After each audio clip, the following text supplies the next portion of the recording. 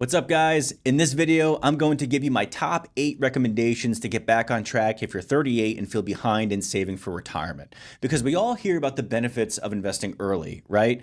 But what if you didn't start investing early? Maybe you didn't understand it at the time, or maybe you started a family early and had other responsibilities. The reality is, many of us start our financial journeys late, but it's not too late to make a change, even if you're just getting started. So let's get into these, starting with getting rid of the I'm too late mindset. Because first of all, you're not alone here. The median retirement balance for Americans in their 30s is $91,000.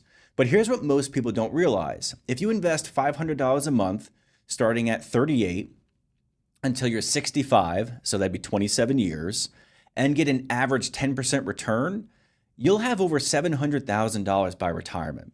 Now, if a 22-year-old started investing that same amount, they'll have a lot more for sure, but it's better to start late than never, and $700,000 for retirement still beats the hell out of zero, in my opinion.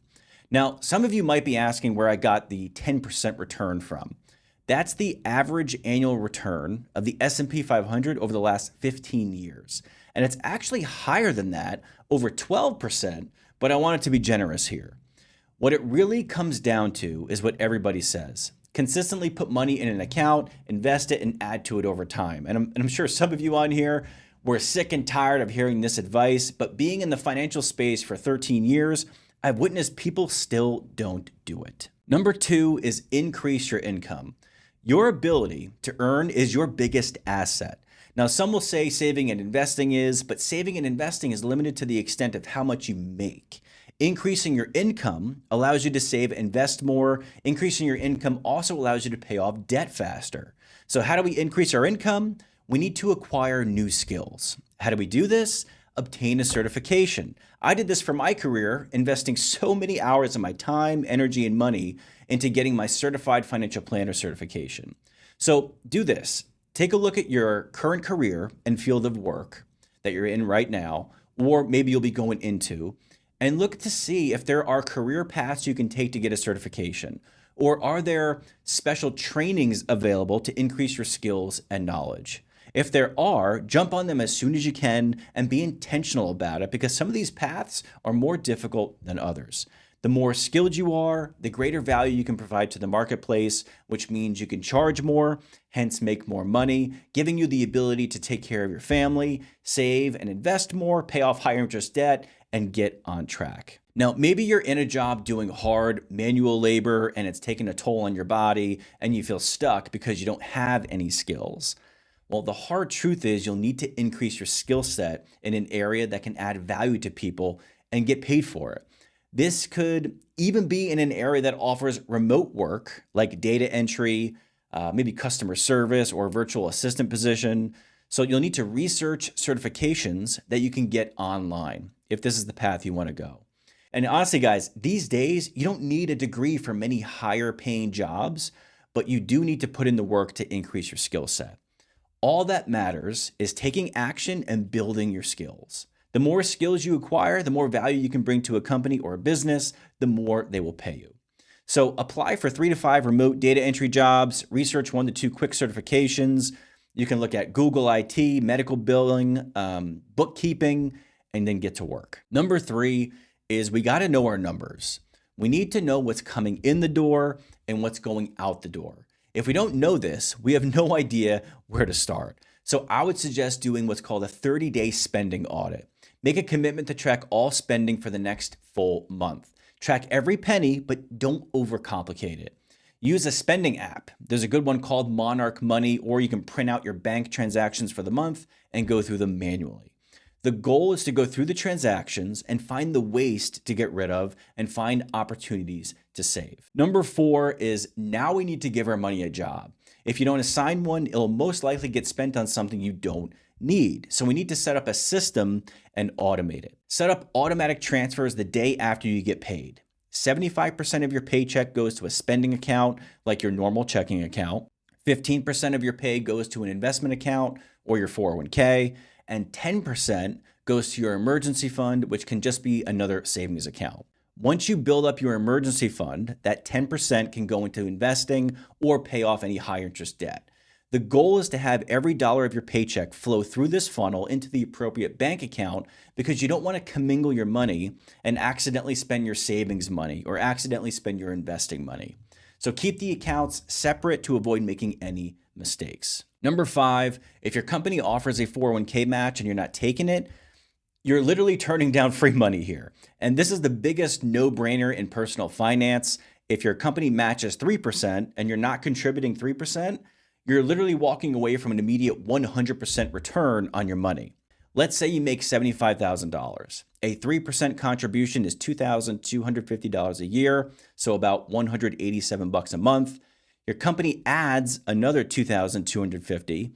That's $4,500 growing in your retirement account for only $2,250 out of your pocket. And I think a lot of us underestimate the power of this over the long term. Even if you're tight on cash, find a way to get that match. Don't just put in 3% if the company matches 5%. Force yourself to contribute to that 5%. You can cancel subscriptions, eat out less, sell stuff, whatever it takes, because guys, doing this is an immediate 100% return on your money.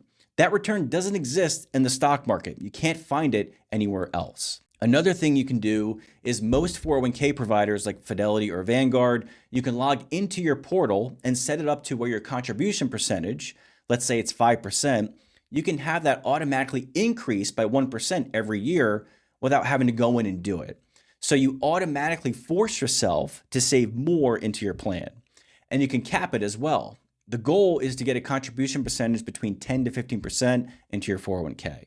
Or for those of you who are really into this stuff and into the weeds, you can contribute a portion of your paycheck to a Roth 401k so that when you retire, that money can be completely tax-free. Now, the trade-off is that money going into the Roth is taxed today, which can be discussed in an entirely different video, but the idea is pay tax now so you don't have to pay tax later.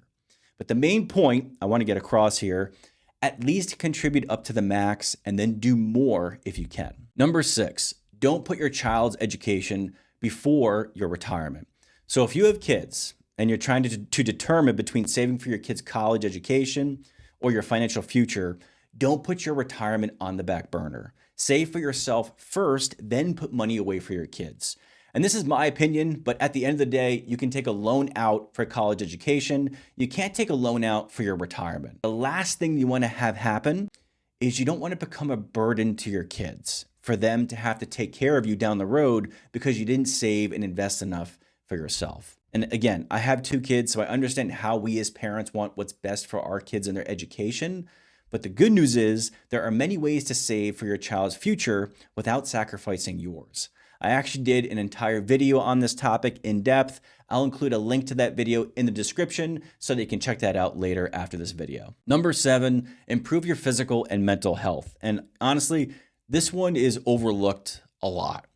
An unhealthy lifestyle leads to disease, and disease brings with it huge financial costs.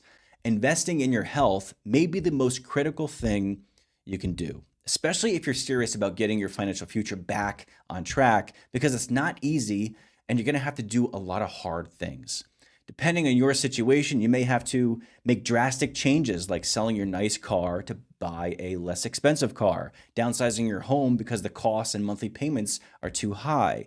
These are big lifestyle changes that can mentally and physically drain you.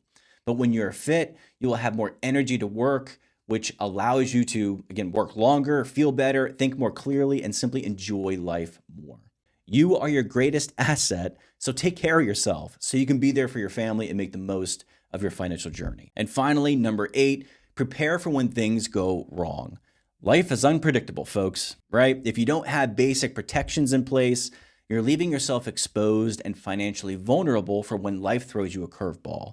You get sick or you get injured and you can't go to work. Your business gets sued. These are situations that could destroy your entire financial life. So consider protecting yourself with life insurance, disability insurance, or business insurance, etc.